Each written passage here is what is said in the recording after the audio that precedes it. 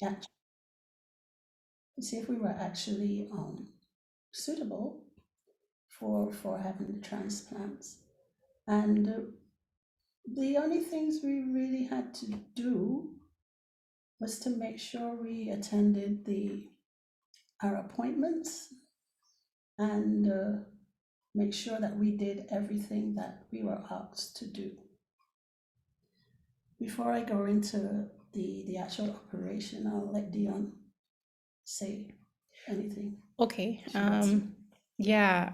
Good afternoon, everybody. I I always said if we knew, well, if I knew that the transplant was an option for my mother, if I knew about it, that I would have come forward sooner. Because when she went on dialysis, I still remember the day she told me that she had to go on dialysis. And because she wasn't very well, and she was in the hospital, and I remember how things progressively went downhill from there. And sitting on the sidelines and feeling, there's not much I can do. All I can do is support her and help her get ready in the mornings to go on dialysis and help with transportation and stuff. But I did not know that they did transplants here.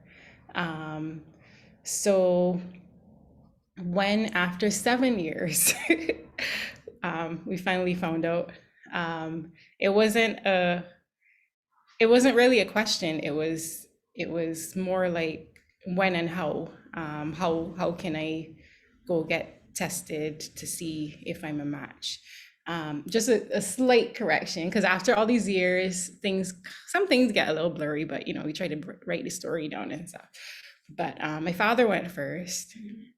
He wasn't a match, but then my husband and I, we both went at the same time. Oh, okay. Yeah. And I remember then kind of hoping I would have been the one that would have been the match. And I was. So I was really happy that I got to give this gift to my mom. And as I said, it wasn't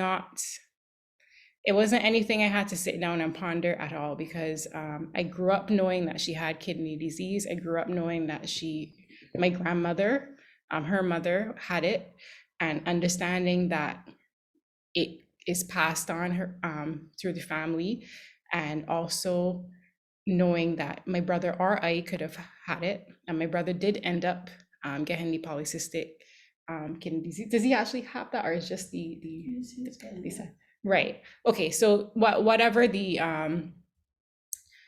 setup is to that situation, my brother is now experiencing that. So, but they tested me, they didn't find anything, and then they went forward with the other tests, and I was a match. There were many. It was done over maybe a number of many weeks, or even months. Um, and all kinds of different blood tests, and going in to get scanned with different machines, and other things like that. One thing I remember for sure was that I had to get my asthma under control, because I remember a particular doctor. She was very stern with me. She was like, "I'm not letting you get this operation if you don't get that asthma under control." And they they did get it under control. So, and I have, they got my medication updated, and yeah, so that was really, in terms of preparation, it was mainly that. And then um starting to drink more water, because I I didn't drink as much as I should, and also trying to get back into the routine of exercising and things like that. So for me, that was the only real preparation um, for the operation. Yeah. Well, with regards to the actual operation, we went into hospital on the same day. It was the day before. I Probably. think it was the day before the actual operation. And again, nurses, staff were very, very, very supportive. And that ward was, The ward was. you know, you usually hear a lot of horror stories about the hospital and things like that, but what was the ward? It was A something. That was a completely different place and experience. I mean, I actually, for lack of a better word, I enjoyed my stay there. Yeah, we were really, really well taken care of. Yes, yes, indeed. And the morning of the operation, I was told that Dion was going to be going in first, and then to have her part of the transplant done, and then I would be going in. I remember being wheeled into the operation room and knowing that Dion was under the knife, as it were. I became quite concerned. All sorts of thoughts started going through my head. Will she be all right? And but I prayed. I'm a prayer, and I was calmed. I found some peace. So on the operating table, all I remember is being told to count to 10. I can't remember. Anyway, it was just like going off to sleep and in 2 seconds waking up again. I had no idea how long the operation lasted, but the first thing I asked the nurse when I awoke was, "How is Dion?" And I was told she's fine. And from there I broke into song. And Nurse Pat, Nurse Eileen, she was there, and the other nurses, they were singing with me, and that was just so pleasing. So we were from there. We went into the the ward, the intensive care ward.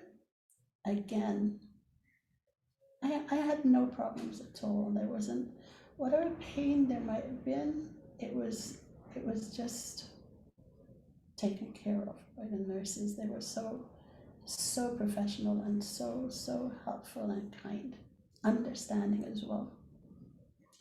So things that I can now do. Sorry, let me jump in. Sorry, just to share my experience of the operation.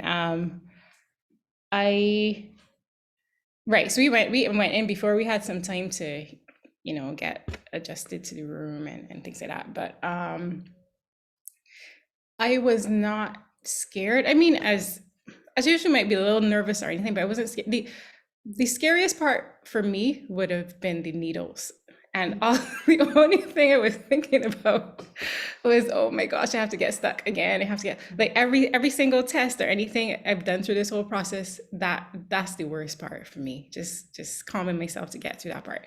I remember I had to wear the socks, the circulation socks, and they took me in. The worst part for me was the anesthesia, that stick. And of course they say it comes to 10 or whatever, and then again I was out, woke back up, and it was done. And I've had 2 C-sections because I have two kids, and the recovery for me was not any worse than that. Actually, it may have been a bit better. The hardest part is just getting up and walking, and after that, then it's just really tending to the wound. So I found the process to be very straightforward, and it passes. It's not anything that I would say you need to be very scared about if you're considering being a donor. Okay, what I noticed, one of the things that I noticed after a few days after the operation was that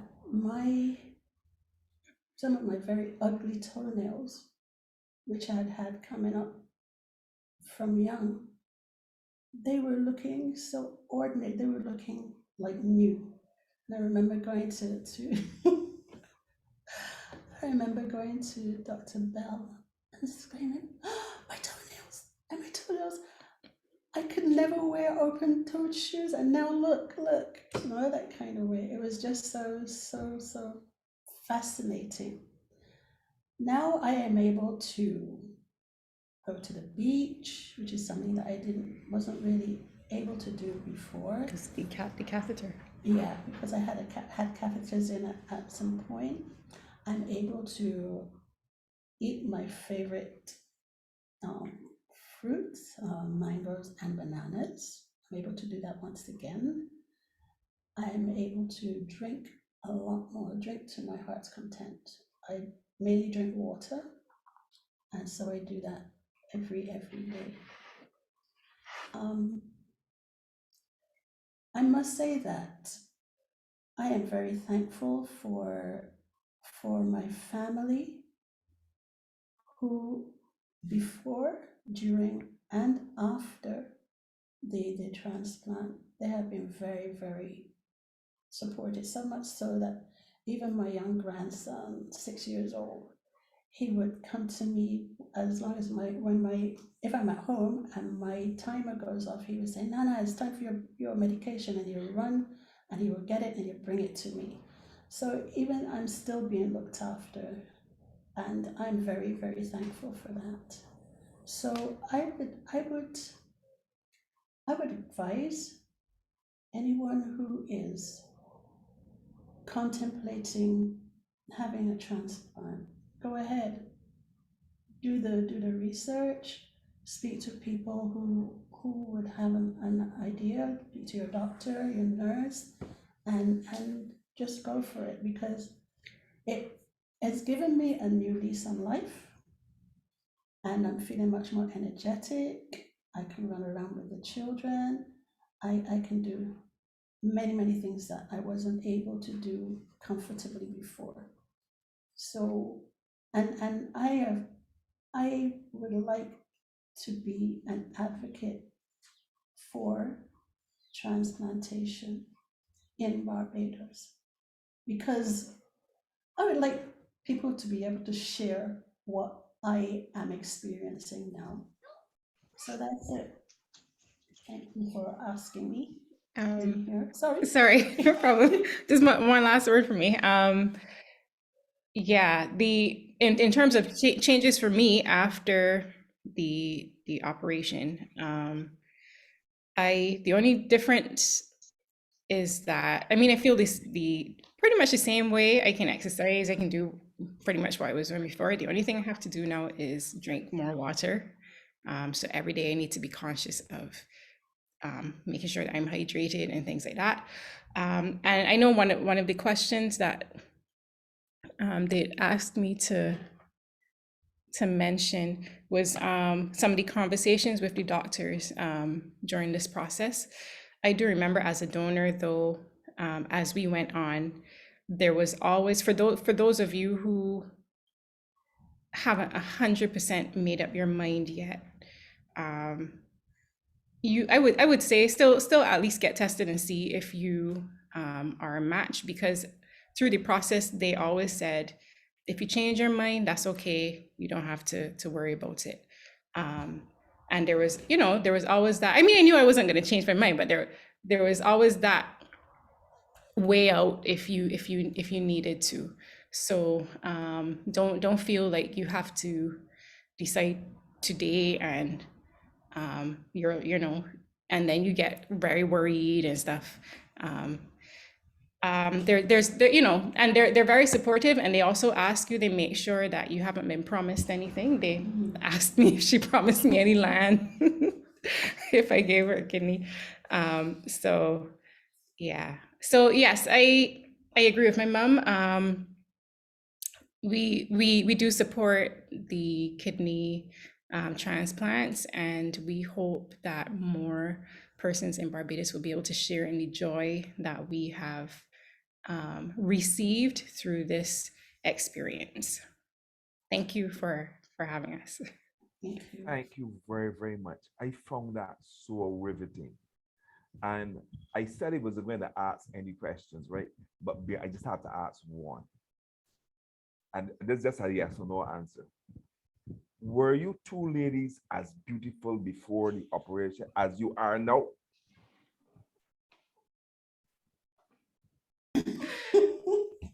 Oh, wait, it was muted. Oh, I can honestly say I wasn't. I have now regained how I was before, but on dialysis for so long, there were some changes. And I remember the first time when they took me to see her after the surgery, because I was in my room recovering, and they took me to see her. And like she mentioned the toenails, but her skin color as well. Her skin was, she got really dark while she was on dialysis. And like once the kidney started, once it settled in, the skin just brightened up, and it was amazing to see the transformation. So yeah. Okay. So for those who may object, praise the Lord. Sorry. Okay, just praise the Lord. Thank you. Anyhow, we have another beautiful young lady, Sadie, and her brother, who gave her a kidney. I think Pamela and those were in the July, and Sadie was in the August, if I was correct. So I'm gonna hand over to Sadie. Sorry for pronouncing your word, for your name, I'm bastardizing that, but please apologize to me. And nice to see you, Sheldon. Nice to see you, brother Sheldon. Thanks. Brilliant. Nice to be here. Thank you very, very much, brother Sheldon. I hand over to you all at this moment. My goodness. Good evening, everybody. Thank you, Alan. Yes, as Alan said, my name is Sadie Ann Cisnett. My brother was my donor. He is Sheldon Jones. I was diagnosed in 2011. And that in itself is a bit of an interesting story. And that's simply because that I was diagnosed, I said generally, or what led me to be diagnosed was my dentist, actually. And my dentist, she takes your blood pressure before even cleaning. And she realized that my blood pressure was consistently high. And after having a few canceled appointments, she said, no, you have to, I'm going to refer you to your GP, who at the time was Dr. Trevor Martyr. And I was a little resistant because, to be honest, I just figured it was white coat syndrome. Like, you get a little nervous going to the dentist. But after a few canceled appointments, I said, okay, well, I really should go and see what the issue was. So I made an appointment with Dr. Martyr, and he always used to keep a little ultrasound machine in his office and in his checkups, and he checked my kidneys. So at that point in time, what he saw led him to send me to get a 24 Holter test. It's a small wearable machine that takes your blood pressure every 30 minutes during the day and every 2 hours at night. So I wore that for a full 24 hours. And then when I took it off and he got the results back, he then referred me to Dr. Bell. So that's how I started my kidney journey with Dr. Bell and QEH and whatnot. In terms of transplantation and donors, there were a few conversations with Dr. Bell because I was pretty young. 2011, I was 27, 28 years old, and heading toward end stage. Took me 6 years to get to end stage, really. And we talked a lot about transplantation, Dr. Bell and myself, given my age and whatnot. But at the point in time, when it came to that point, my blood chemistry became a bit too toxic. Kidney function went down to 10%, and I had to go on dialysis. Thankfully, in my case, it was only for a year, and that was peritoneal dialysis that I could have done at home. So that's where we went there in terms of that. In terms of the conversation with donors, now both my brother and my husband actually spoke about donation, and I come to think of it, I don't remember asking either of them. It kind of like was understood kind of thing. I think even my parents at the point in time kind of talked about it to see if they would be eligible or not. But in the end, it ended up being both my husband and my brother who went to get tested. And it turned out my brother was actually the better match. I think Dr. O'Shea said, go ahead, Charles. No, naturally, I mean, it was obvious. Yeah. Oh my goodness. I think Dr. O'Shea said when she looked at our results in terms of the match, she actually thought that we were a twin at one point in time because the match was that good. So we were just very, very thankful for that as well. And extremely grateful to both my husband and my brother for going through those tests, particularly because my husband does not like needles, kind of like Dion. Every time it was a little bit of an ordeal for him, but actually it was maybe 3 months or so before that, all those tests had to occur. So after a while, kind of got a little bit more used to it. That's for sure. So the conversations, yes, with the transplant coordinator, nephrologist, just like Pamela would have said, everybody was just very, very open and honest and very supportive and very warm about all the conversations. You had all the information you could possibly want, and even I can't even say more, but all the information that you could possibly want to digest, make sure that you understood exactly what it was that was going to happen. So throughout every step of the process, before what was going to happen at the hospital, during the operation, afterwards, what you're supposed to do, what you shouldn't be doing. So like the support was incredible. Sheldon, anything you want to add there? No, the only thing I can remember from that time was, as you said, it wasn't really a question to be asked. It was, well, this is the solution, so how do we get it done? So we started the process for testing. I remember, I think we're supposed to have it done the year before, if I remember right.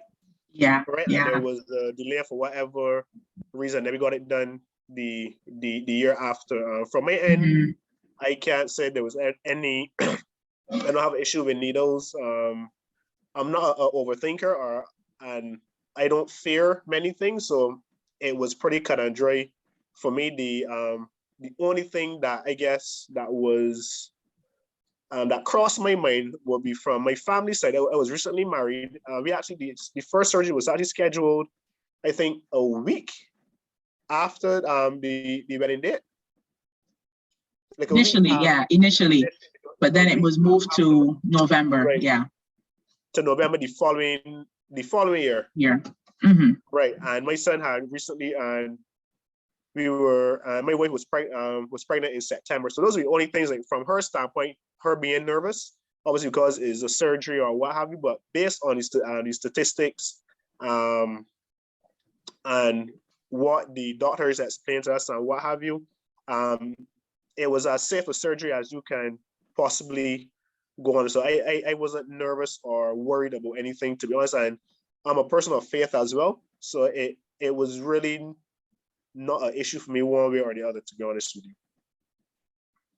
Yeah. So like Sheldon said, we got the surgery in November of 2018, but 2017, when we had Dr. Bell and we had first talked about it, and the transplant links doctors, my file was one of the files that they were given to peruse, basically see if they would accept us as a case for 2017. So that there was a bit of disappointment in 2017 there, because the disease that the possible diagnosis that I would have had was called FSGS, which tends to reoccur in the transplanted kidney. And that wouldn't be something that they would want or I would want, for somebody, my brother or my husband, to have to go through this entire process. And then a year or two later, something happened, it happens again. And the disease comes back in the transplanted kidney. For me, that would have been a waste of a kidney altogether, and having to go through that entire thing.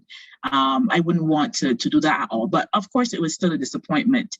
But then Dr. Bell and I started talking. My brother, my husband and I, we talked about it as well. And we decided to get a second and third opinion. So I would have gone to, began conversations with Dr. Velma Scantlebury, Barbadian surgeon she works in the US, Christiana Care Hospital, and a colleague, or should I say a mentor of Dr. Bell's, Dr. Edward Cole at Toronto General. We would have gone up to have a visit with him as well. And thankfully, what they both would have seen based on all my results and everything, because I would have asked the nurses for printouts of my blood chemistry results and everything like that. I would have kept them for the last how much ever years and whatnot. So once they saw all of the data and information, the consensus was that, well, it can't be this particular disease which tends to recur in the transplanted kidney. And based on those results and data, the Transplant Links team then reconsidered what they would have looked at before, and I was transplanted in 2018.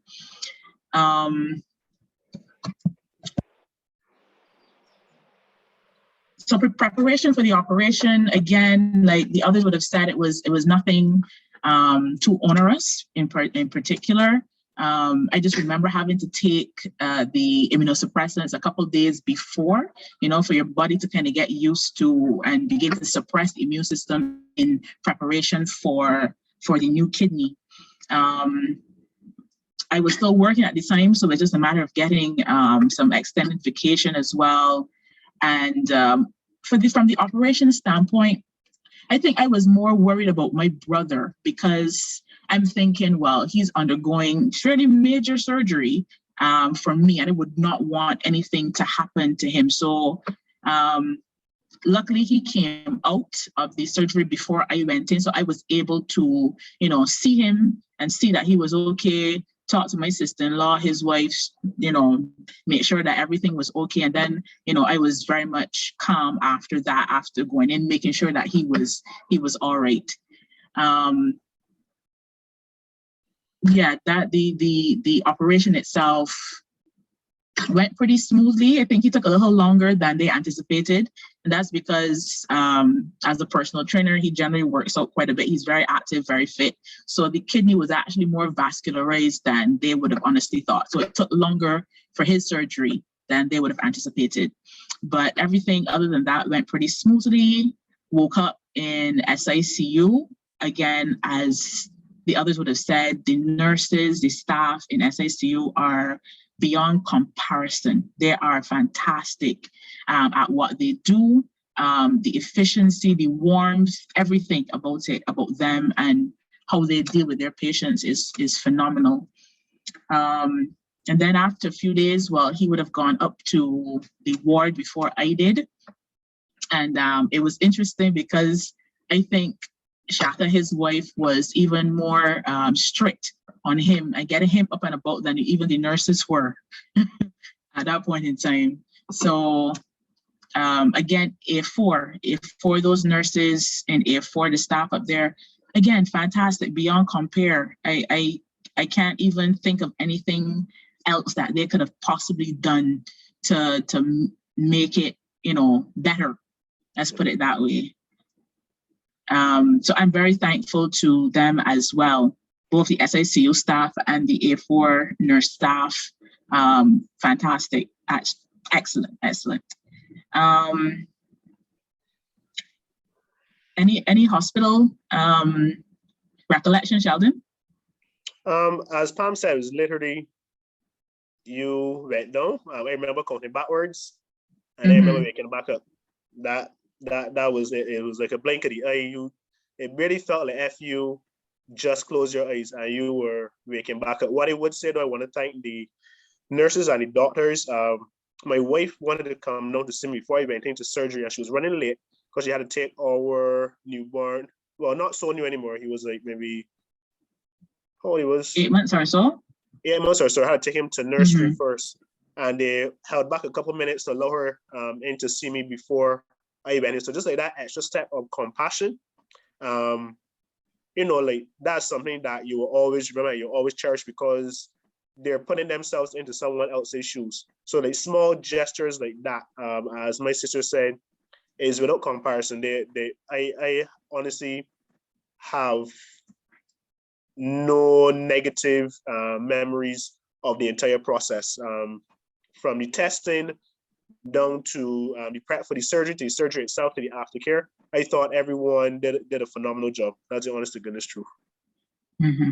Yeah, I completely and totally agree.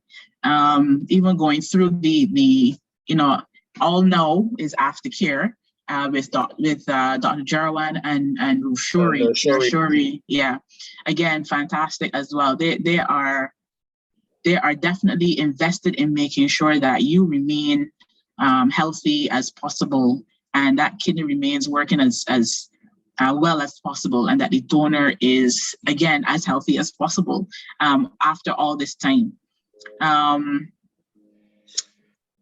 So yeah, after I had because I was on PD, so I had a PD catheter in, and that was taken out once they ensured that the kidney was working well.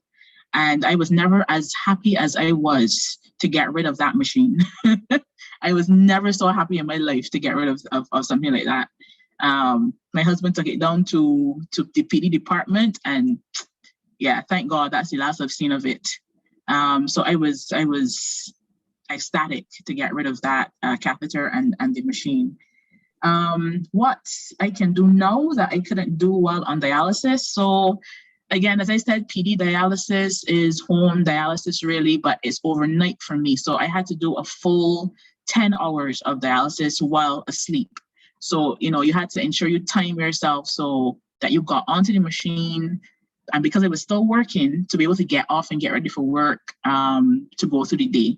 So there was not a lot of, you know, nights out or dinners out and that kind of thing. And for somebody who was, say, recently married, last maybe 2 years or so, 2016, 2015, about three years or so, you know, going places and going out to dinner with friends and doing all of those things, that was definitely curtailed at that point in time, because you have to get on to the machine with enough time to have it done so you get to work the next day.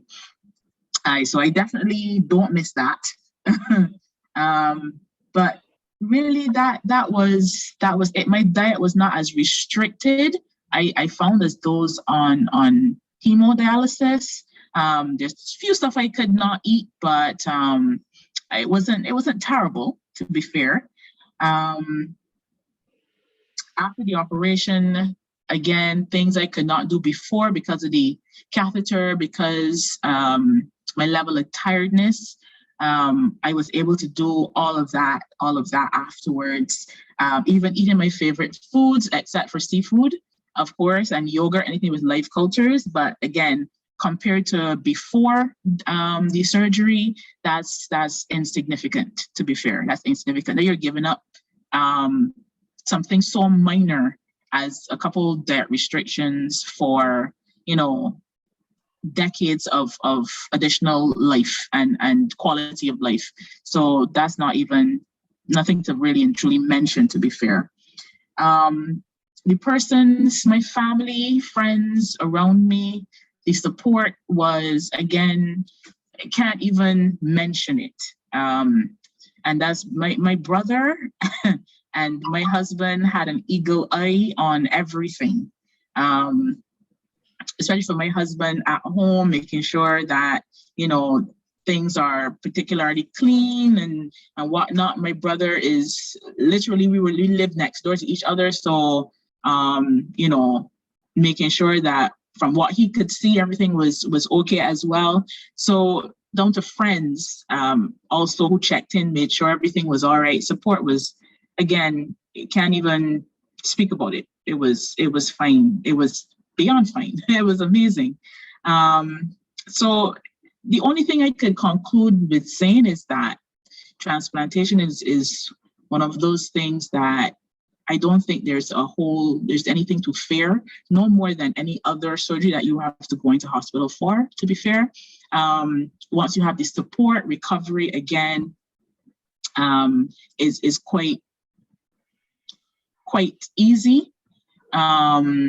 Just getting back your strength, doing the things that you would have done before, and whatnot. I would say that if you're thinking about it, please go ahead.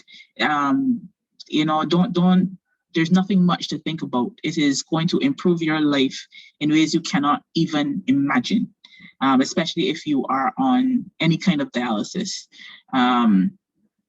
So educate yourself, research, ask questions as much as you need to.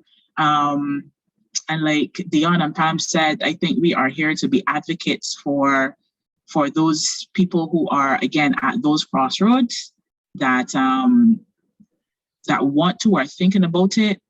Once you have the chance, please go ahead. And I do hope that sessions like these could encourage the fraternity, the government of Barbados to think about cadaver transplantation as well, because as we heard before, it again is the next best thing to live donor transplantation, and it gives you definitely a greater quality of life. Any finishing words, Shells? No, I endorse everything you said 100%. From the donors standpoint, I would honestly say it isn't much of an inconvenience. There's not really anything that you can't do that you used to do before. The only thing that, for me, that I had to, well, let's say give up, was I used to compete in combat sports, so boxing, kickboxing, etc. And the doctors recommended, because I only had one kidney left, it wouldn't be wise for me to take that risk. To be fair, I'd have been forced into retirement anyway because of my wife. So, it wasn't really it wasn't really an issue. And the fact that you can help bless someone, as you said, with a better quality of life, with really no minimal interruption to yours, especially long term, I don't see any reason why anyone would not take the opportunity to help bless someone. And just from a logical standpoint, anytime that you get into a car and you swing the ignition and you go for a drive, you're probably more at risk of getting into an accident than anything happening to you during a kidney surgery, to be honest. So, I mean, the risk is minimal. So if you are in a position to help someone. It's a no-brainer. Wow. This is the best of any forum that we have ever done. My feelings exactly, Alan. This is my favorite. Riveting. And listen, I once Keisha clean up the state, I am going to take it to JS, to my friend Mr. Innisdale, and we will. I want to have a program, because I'm not sure, maybe we have 10 dialysis patients on this session. I don't know, right? We have 400. The rest is, and there are other people who are at stage 4 and 3 that need to hear this message. This message cannot be left here. This message has to be taken across. I am not too sure if Dr. Brown is on. Is Dr. Brown on? If she's on, could she identify herself? Is she on? I'm seeing a Sonia, but she doesn't seem to be on. I also want to acknowledge my lecturer, Mr. Mario Hall. That's Mario. That's Mario the nurse. Sorry, that's Mario. Brother Mario, thank you for coming. But this is just our first step. Now we don't want to keep back, so we can allow a few questions. There is a question in the chat, and it says, "I'm interested in hearing why so few transplants are being done in Barbados. Besides resources, do you have government buy-in? Is this a priority which is included in the health policies of our government?" Dr. Osha, you can take a stab at that.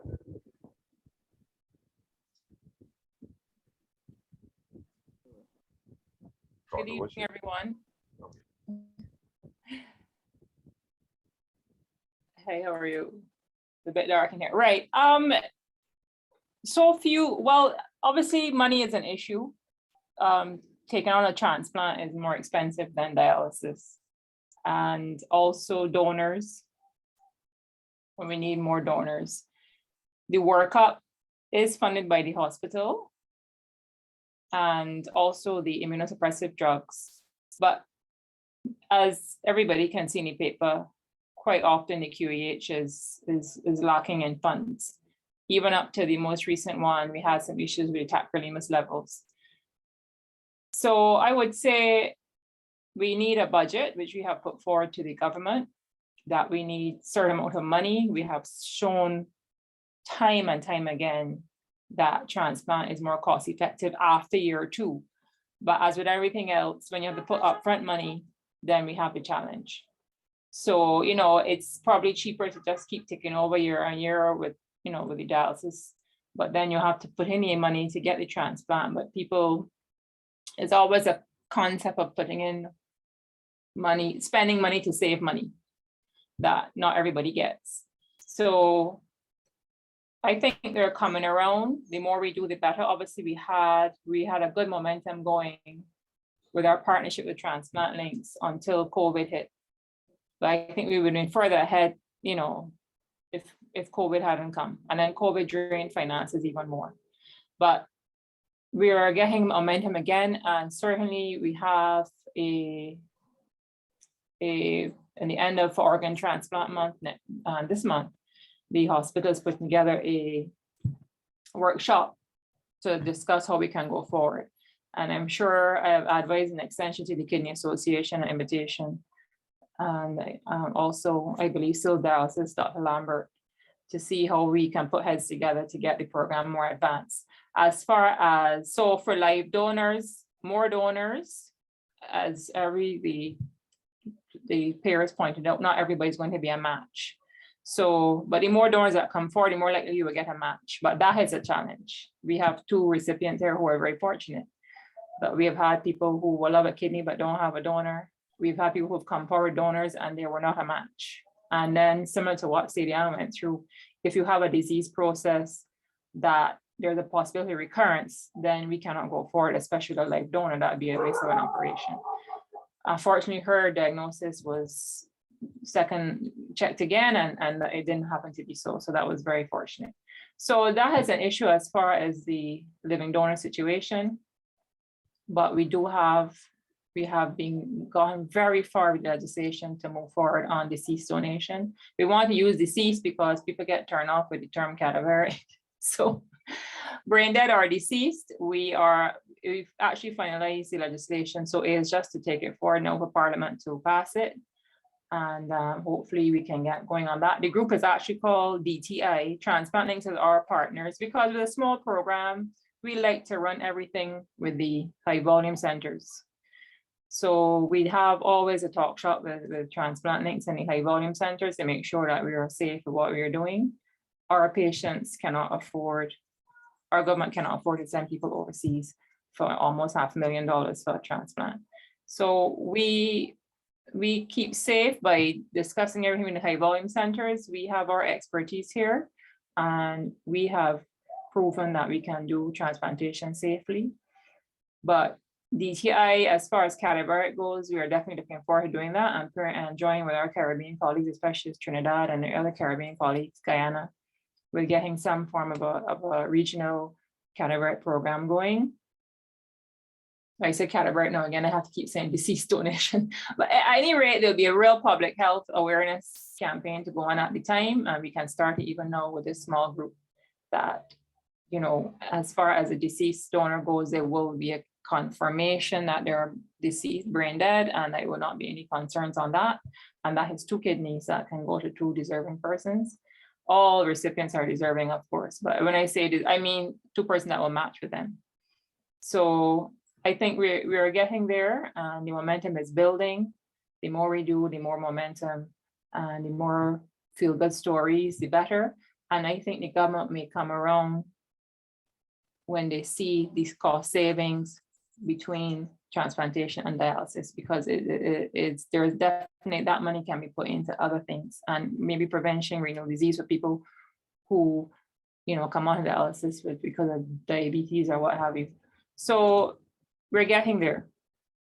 And I think, you know, as hopefully this year, we want to do another one quickly in June, and then we keep the momentum going.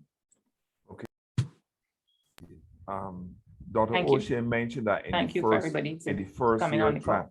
Thank you. transplantation is more costly, but when you go over 5-year period, right? And you know, remember we said that the average. You're muted, Alan. We can't hear you. I'm not muted. You're good now. You're good now. Okay, so sorry. Dr. O'Shea mentioned that in the first year, transplantation is more costly. That is true than dialysis. But over a 5-year period, Dr. O'Shea made some look at some numbers tentatively, and that potential saving is $200,000 per patient over a 5-year period. So it's not insignificant. So government has to do something, because it's going to reduce their costs in the long run, right? So at this time, we're going to open for any other questions. We're not going to keep back too long, because we know we can just hold for a few minutes, but we can carry on. This conversation is not ended here. This is too riveting, and we just had some wonderful presentations. The verbiage was excellent, but the look just told the story. Just the look of these persons tell the story, you know, of transplant. Even if they said nothing, they could have come and shown their pictures here, and that would have told a story. But these presenters were excellent, you know, to me. And this is not the end. This is just the start. This is just the start of the journey. And we don't know how far we can go. So at this time, again, open it for anyone to ask any other questions. I'm not gonna, you know, that they want to ask. And I want to thank, sir, I want to thank Dr. Lambert for this wonderful forum. Dr. Lambert, I thank you very much, sir. And we will be working with you more and more to accomplish our goals. Thank you, sir. The floor is now open if anybody has any questions. Yeah, we can open. We're not going to open for long. You can also take some time to think about it. And if anything, we would provide an email address, or you could send it in a message on Facebook, or type it in on Facebook, and we would try to get back an answer. Oh, Dion, go right ahead. Hi, this question is for Dr. O'Shea. Hi, Dr. O'Shea. What would be, when everything is ready to go forward for the cadaver transplant, what would be the procedure for persons to sign up to be donors after they die? Right. So we are our legislation will be an opt-in. You can sign up. You can talk to your family. At some point, we would like the driver's license. We would like legalization of living wills, which is not legal now, and we would hope that would follow the legislation. But you just have to let your family, because we're going to, God for, you know, in the bad, obviously it will not be a pleasant situation that something happened to you. We would approach your relatives, your next of kin, and ask them if this is something that you would have wanted. It's a difficult time because everybody would be grieving. It's usually quite short notice. So that would be it. You can put it in a living will, and you can, or tell your family until things are more formalized with like driver's license and so on. We didn't want to start with an opt-out situation in other countries where it's just assumed if something happened to you, we go forward with donation. We prefer to approach your relatives. And so as long as they know what you want, it's fine, or feel free to put it in writing anywhere. It doesn't have to be formalized with a lawyer. You can just document that so they will be able to find it. And then when we ask, it's not a question. But we don't have, as it is right in legislation, the living will, because living wills are not legal here. And we didn't want to hold back waiting for that to become legal, because that's a whole nother law that has to be drafted. So, but as long as your family knows that that's what you want and they give us the yes, they just have to sign and we can proceed with that. But eventually, I think once it becomes more common, we can do things like putting on a driver's license and so on. You.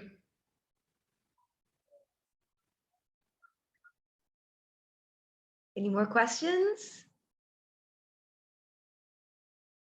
As I said, it's sometimes hard to think of exactly what it is that you want to ask. It was a lot of information to take in.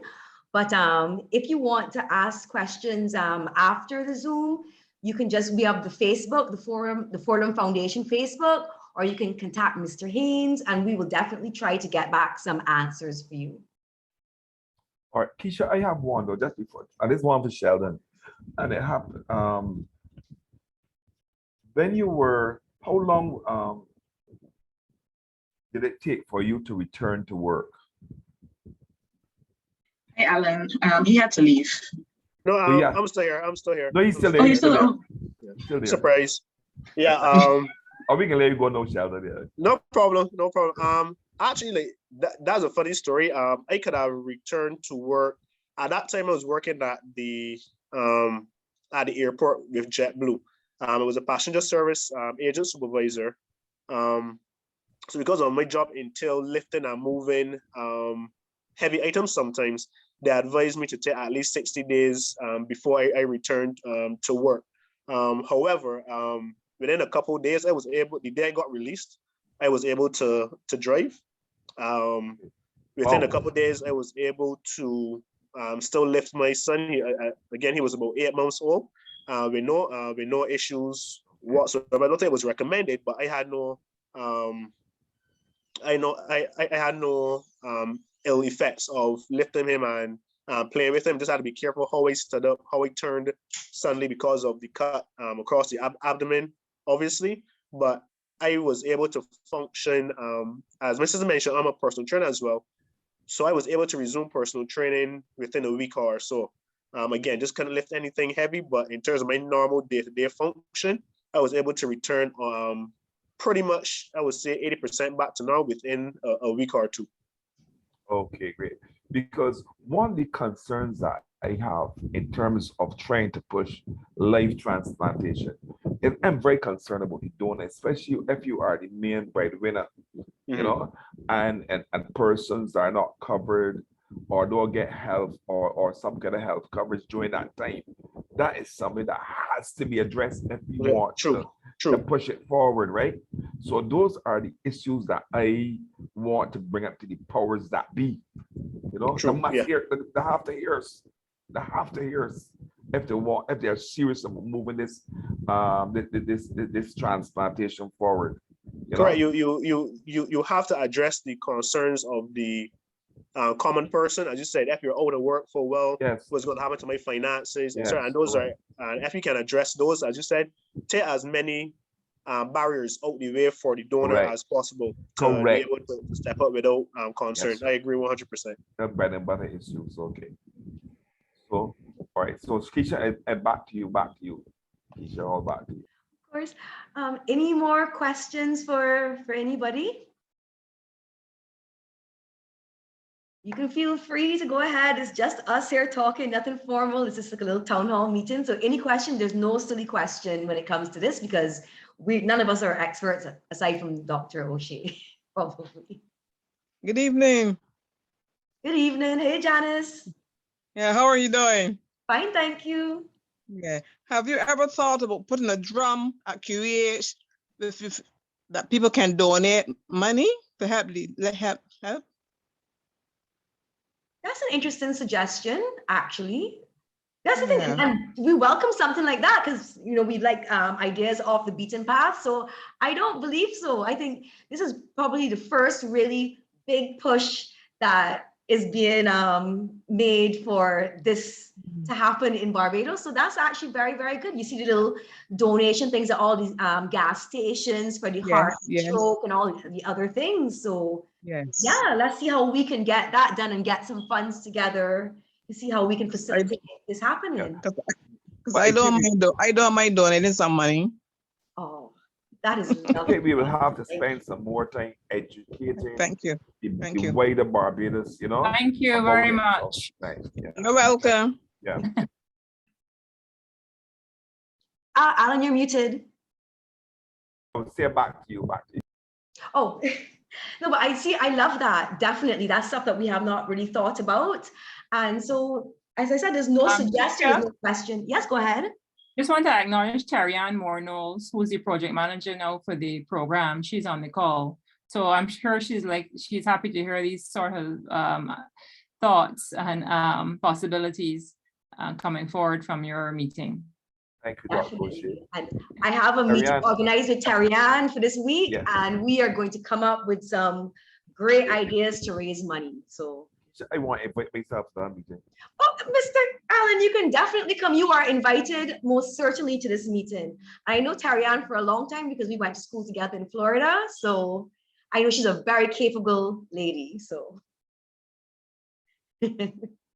Indeed, indeed. Anybody else with any suggestions or questions? And please feel free to leave suggestions in the comments on Facebook, wherever. We would be so grateful for any suggestions from anybody on how we can go about making this a reality, because just the positivity alone from this one particular Zoom is just has me feeling so passionate about following through with this project and really making something of it. So, and I hope everybody else feels the same way as well. Mhm. Okay. All right. So if there are no more questions right now, we are going to finish off for the day. But I want to thank all of you so very much for coming out. And I see Alan just put his number there for anybody that would like to contact him with any suggestions or questions about transplantation. And this will not be our last Zoom about this. We want to do follow-ups and everything on how things are going with getting the legislation going. Do we need to sign, do we need to put out petitions to the government? Like, what do we need to do? Do we need to go on march outside QEH? Like, no, I don't know, but I'm just saying, you know, by any means necessary, we're going to try to make some positive change, hopefully this year. So I want to thank you all for coming out and joining me, and Mr. Haynes and all of our beautiful speakers. Thank you so much for sharing your stories. And through Mr. Haynes, I'm going to be contacting all of you to show a little gratitude for coming onto our Zoom. And thank you all, and enjoy the rest of your Sunday.